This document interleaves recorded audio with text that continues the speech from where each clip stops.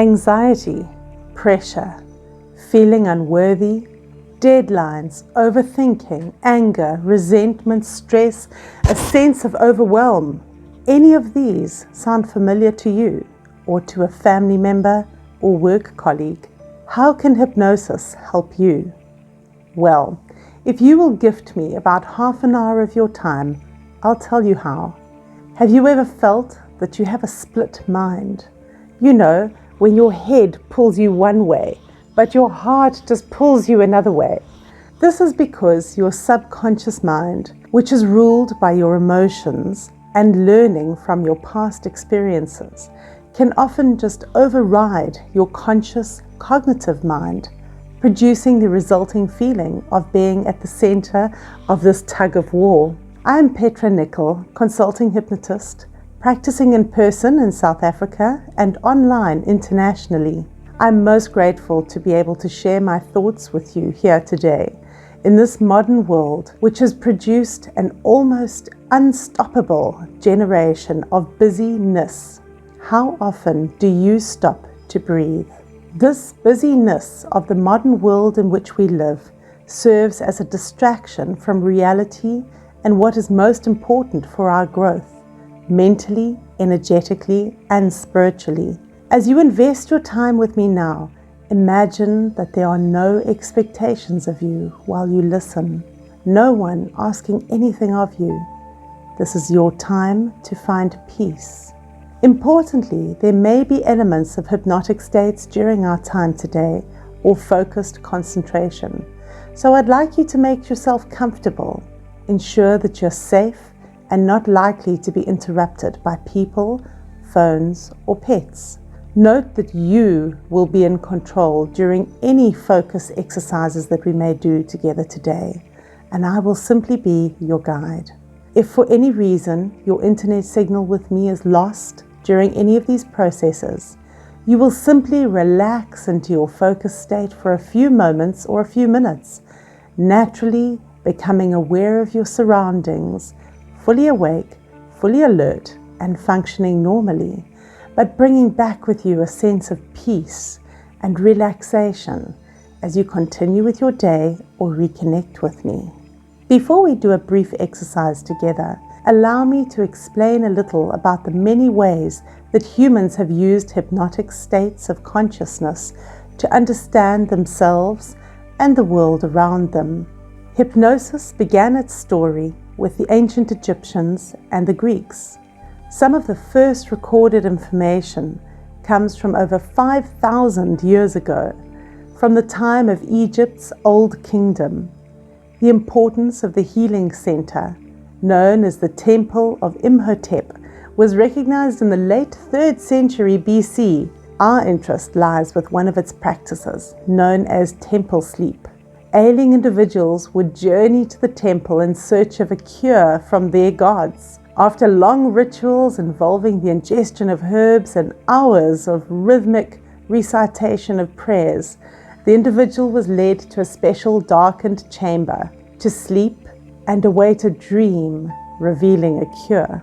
This practice eventually spread to Greece, where special sleep temples were built. Those seeking the healing of various ailments, physical and other, journeyed to the temple to undergo rituals and dream of a cure in the sleep chamber. This served to provide what we now recognize as a sensory overload, followed by expectation and direct suggestion, and finally a period of exhausted sleep. It is said during this sleeping period that there appeared a clarity of thought, a focused state in which could be found the solution to the problem or health concern being experienced, leading to physical and emotional healing. Hypnosis continued to become more widely accepted around the turn of the century, including by organizations such as the British Medical Association way back in 1892. Moving into the 21st century, media coverage of hypnosis has moved steadily away from frightening imagery to a branch of mental health that can be a powerful tool to achieve personal goals. The forefathers of modern hypnosis could not have dreamed of the applications of hypnosis used today, such as smoking cessation, increasing self-confidence, pain management, weight control, releasing of the hold of past traumas, or even as an alternative to conventional anesthesia in surgery. The list is endless. Even yoga, as we know it today, utilizes a hypnotic state brought about by deep breathing and mental and physical focus, relaxing the body and calming the mind, and bringing about spiritual growth. Modern world hypnosis is a branch of mental health that can be a powerful tool to achieve personal goals. The conversation that is most important is the one between yourselves, your conscious and your subconscious minds. Allow your conscious mind to be still, focusing on the words I speak, allowing any external sounds or thoughts to simply float away as you focus only on my words, still fully conscious, just relaxed and focusing. I'm simply speaking with you. Bring all your awareness to the screen in front of you. Think about the words to follow. If you want something to happen in your life, you will need to do something to bring about that change. You cannot expect different outcomes if you continue to do what you have always done. This is where people tend to become stuck in a rut. Although it may not be particularly comfortable in this rut, it is what you know, almost as if you are comfortable in this uncomfortableness. It's familiar, so you stay there, wallowing. Think about that for a moment. Now, imagine if you were able to step out of this rut just long enough to see a sparkle of proof that you are worthy of more, that you deserve more, and that you can achieve more. And what if I told you that energy follows thought? When you think something, you give off an energy of a vibration in sync with that thought or the emotion which it invokes. Is a dog conscious of how to wag its tail? Does he or she think about how to do it? Or does it naturally occur as a response to the dog feeling an emotion which makes his or her heart happy? In the same way, if we can alter our thoughts through awareness or mindfulness, it follows that our energy subsequently changes. Our emotions follow accordingly, and we respond to our environment in a much more constructive and positive way, just as in the so-called butterfly or chaos effect. The vibration of the energy that you give off spreads outwards, upwards, without having to say a word. The energy simply flows. And so, if this is a positive energy, this beautiful energy just expands way beyond you to others. Like attracts like. Positive vibrational energy gathers together. In the same way, negative or heavier energy vibrations will also gather, potentially having a negative effect on those it encounters. So you can imagine the resulting possibilities of this gathering of energy. Should the vibration be a positive, uplifting one, the potential is boundless. And while you cannot always control the environment or the circumstances in which you find yourself, what you can take absolute control of is how you respond to the circumstances. Remembering that the power is in your hands to react or not react. Either way, it's an action that you are choosing. The most constructive solution is to take action from a space of empowerment rather than allowing circumstances to overwhelm you. Now, this idea may in itself appear overwhelming, as there is that constant tug of war between your conscious and your subconscious minds. This is where a reputable consulting hypnotist or hypnotherapist would come into play. Don't be embarrassed to ask questions of the hypnotist that you are considering working with. You need to know that you are in the safe hands of an ethical, qualified, and experienced hypnosis practitioner.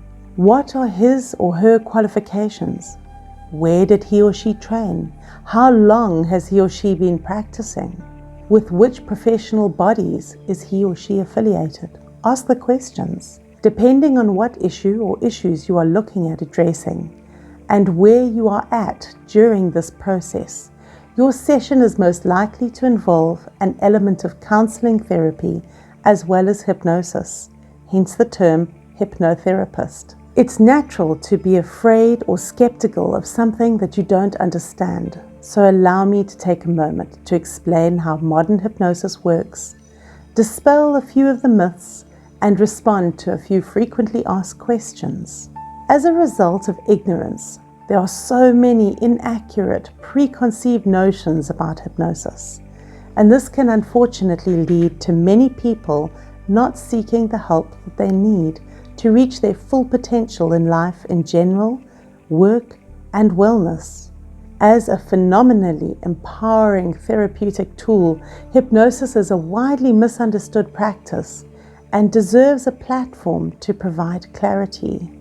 I would like to point out that a stage hypnotist has a completely different function to that of a consulting hypnotist or hypnotherapist. Stage hypnosis has its motivation primarily centered around entertainment, whereas hypnotherapy is individual, client-centered therapy which utilizes a focused state to address concerns at a subconscious level. What about religious concerns?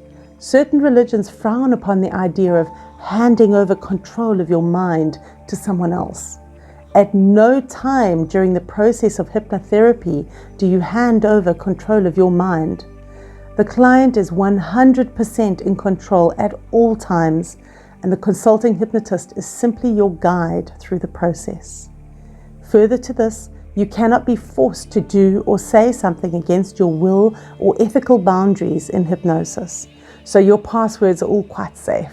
A common question I'm asked is, what if something happens to the consulting hypnotist when I'm in hypnosis?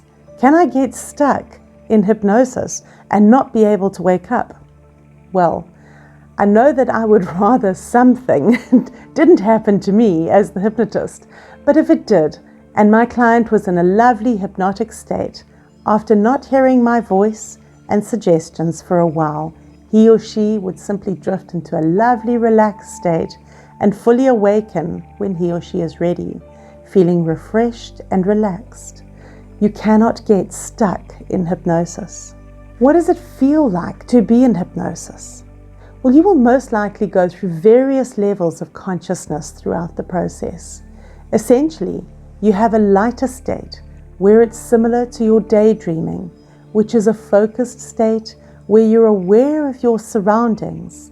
You hear things, you think things, but you don't pay attention to the sounds, the sights, or the conscious thoughts. You are focused on taking yourself on a journey. You may at some stage lose your conscious awareness of surroundings, sounds, thoughts, and even the conscious focus on the hypnotist's words. This is where you have dipped a little deeper, where your conscious mind has decided to just step aside and allow the hypnotist to work directly with your subconscious mind. Whichever state you're in, your subconscious mind hears and responds to everything put to it by the hypnotist. So how does hypnosis actually work? By way of explanation, I'd like you to imagine that your critical, argumentative, reasoning, conscious mind is separated from your naive, vulnerable, gullible, subconscious mind by a filter. Because your subconscious mind cannot reason cognitively, this filter helps to protect it from taking on ideas or facts that have not yet passed through the conscious mind and been approved for processing. Think of that filter as a ceiling fan with the blades spinning as fast as your conscious mind is cycling. The more stressed or anxious, the faster the blades spin. Now, I would like to insert a suggestion into the subconscious mind, but there's this filter in the way, protecting it. How do I do this then? I could use tedious repetition. Eventually something may trickle into the depths. Or using hypnosis or a focused state, I could get the blades of that fan to cycle down, slowing down enough for me to simply drop my suggestions in between the blades of the fan, allowing them to be accepted by the subconscious mind. For example, if I made a suggestion that you are wearing a yellow top, yet it's actually blue, the conscious mind would consider it for a split second and reject it as untrue. Whereas if the filter, the ceiling fan, has cycled or slowed down sufficiently, I can drop my suggestions of a yellow top directly into the subconscious mind, which may initially question if I'm quite certain about this, as it's not what it knows. But with reassurance and a bit of repetition, it will be a yellow top that you are wearing currently. To ensure acceptance of this fact for the longer term would require further repetition in the focus state. Consider this for a moment. If it was that easy to change the color of a top at subconscious level, how simple would it be to bring about lasting change in your thoughts, emotional state, behavior patterns, and beliefs? Imagine reaching your full potential by tapping into the power of your subconscious mind, getting it on side instead of your two minds being at odds with each other, being pulled back and forth by that tug of war. Two minds joined as one, working in unison. How powerful would you be? I mentioned earlier that we can manipulate the reality of the subconscious mind with the use of tedious repetition, and that eventually something may trickle into the depths. Have you given any thought to how you are influenced daily by the various sources of media? Television, Facebook feeds, Instagram, WhatsApp, YouTube, newspapers. This is not the age of information. It is the age of noise, constant bombardment, the repetition, sowing of seeds of fear, of so-called facts being spread over many platforms over and over, sneaking up on you everywhere you look. If something is repeated enough times, coming at you from enough directions, it must be factual, not so? Your subconscious, unless well guarded, would think so. Everyone is susceptible to this power of suggestion to varying degrees. Some are highly suggestible and will be able to easily relate to what I'm about to discuss. As a simple example, can you remember being completely absorbed in a book or a movie where you begin to live the main character or characters? For example, the Twilight trilogy series. How many of you could identify so easily with the characters that for a short time after being away from the book or the movie, you just knew that you could just leap up into a tree, move like lightning, or be super strong and powerful, even for a split second before reason and reality set in and you stopped following through with that instinct before you were hurt? Anything you expose your mind to affects it. Your psyche is continually being shaped by all kinds of information that you receive from your environment, and that includes television. It is one of the most effective hypnotic tools out there, having a huge influence on the way that you think, the beliefs that you hold, and consequently how you choose to experience your daily life. As you begin watching TV, your mind slips into a hypnotic state, lowering your brain waves to a lower alpha state commonly associated with meditation and deep relaxation. This is believed to be caused by the screen flicker and explains why people often feel sleepy. I'm guilty while watching TV. In this state, your subconscious mind becomes highly suggestible, and whatever information you receive from the TV joins your memory pool.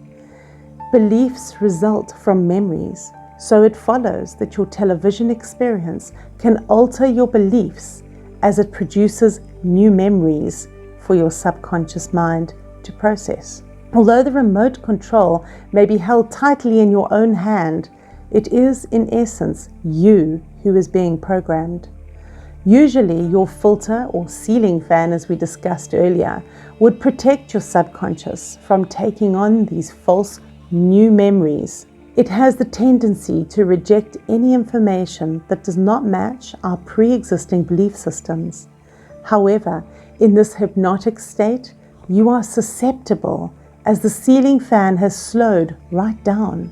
Your conscious filters are turned off and you are unable to critically analyze the information that you are receiving. Compare exposure to television, movies, or YouTube to reading, where you can stop, think, and reflect after each line that you read. The reader, you, sets the pace while you are reading, and not the book.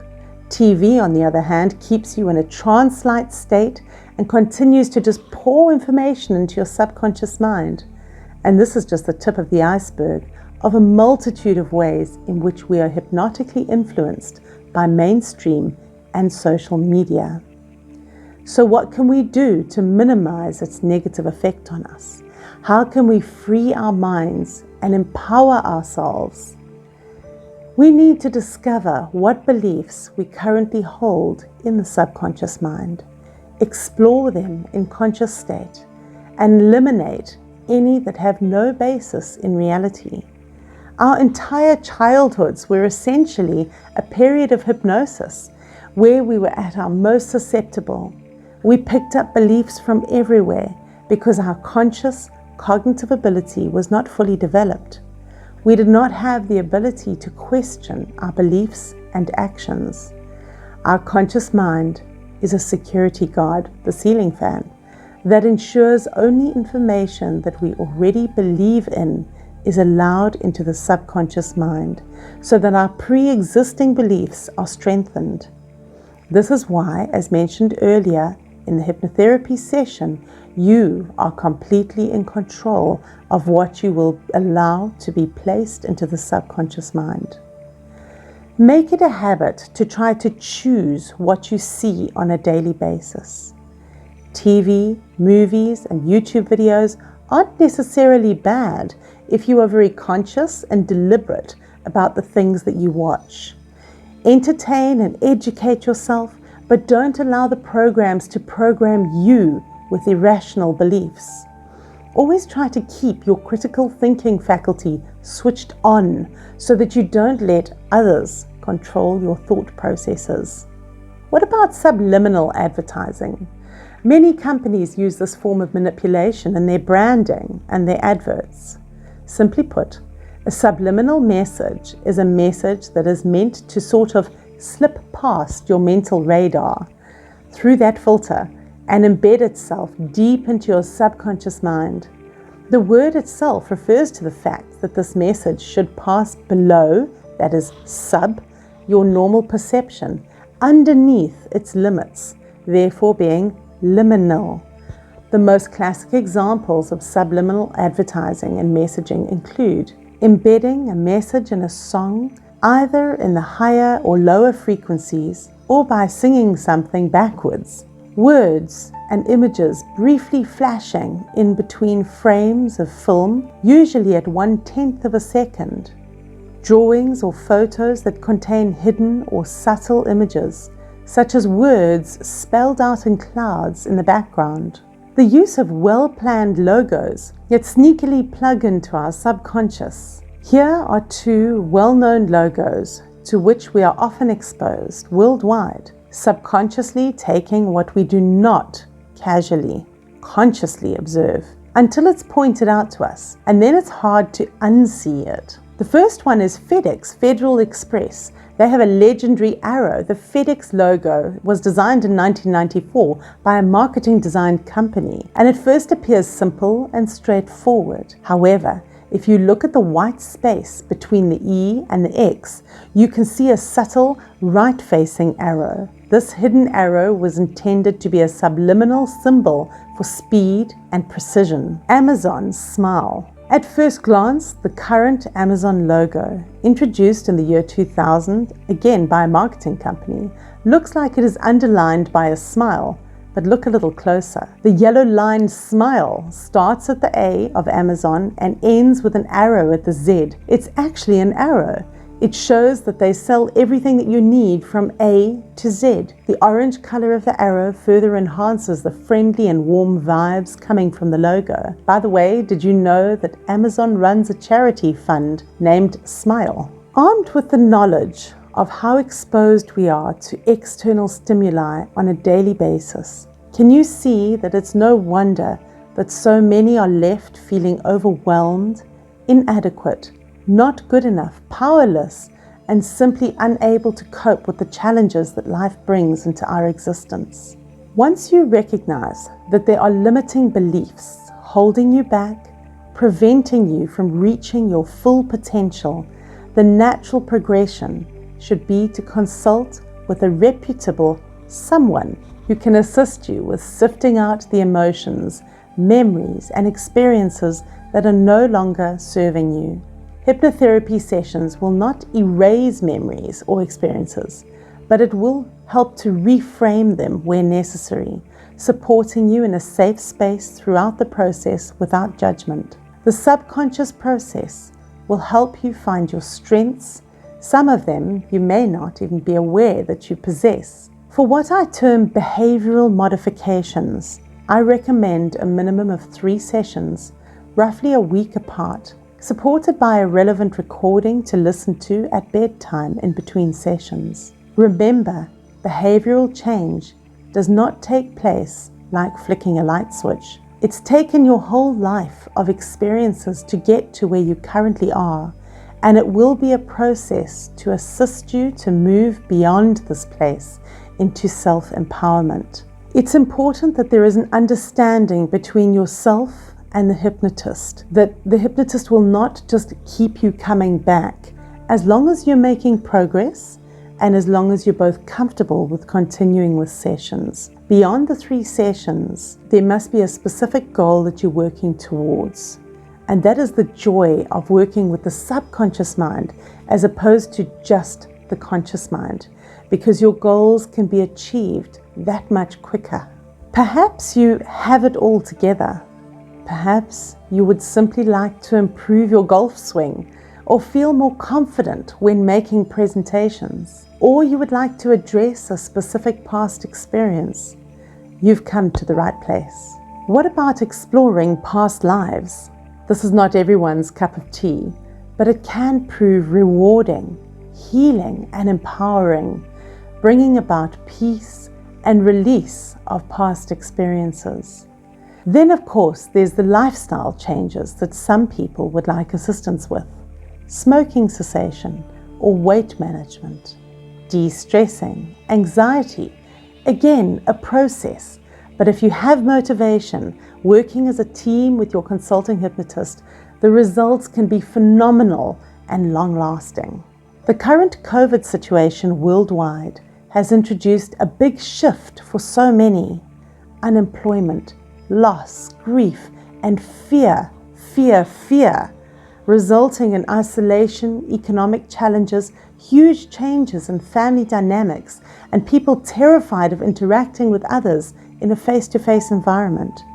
The stress, loneliness, and sense of overwhelm can be assisted by addressing the subconscious mind and empowering people by discovering and putting into practice coping techniques, as well as rediscovering the beauty in life. The list of medical conditions which can be assisted by hypnosis is also endless, from chronic pain management to depression, phobias, IBS. Consulting hypnotists do not profess to cure, but rather to assist with the management of many conditions. Hypnosis is waiting to assist you. I would like to extend my gratitude to you for journeying with me over the last 30 minutes or so. And I invite you to contact me with any queries you may have about this presentation with hypnosis in general, or about a specific issue that you would like us to address together in sessions. You are welcome to have a look at my website, www.serenity-hypnosis.net, and my contact details are below. Find time and space in your day for yourself to breathe, even if just for a few minutes. Bless you and thank you.